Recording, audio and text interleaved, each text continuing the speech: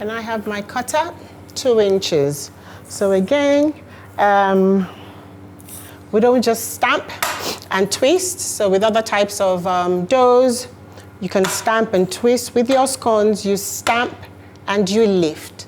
If you stamp it and you twist it, you're dragging the sides down, and it will affect how your dough rises in the oven.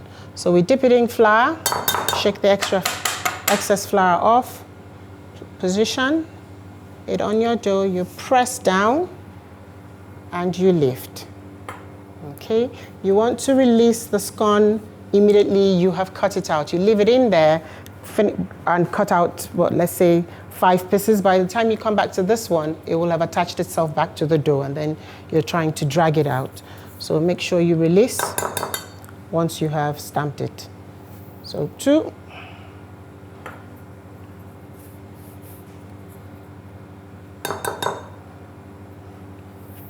3.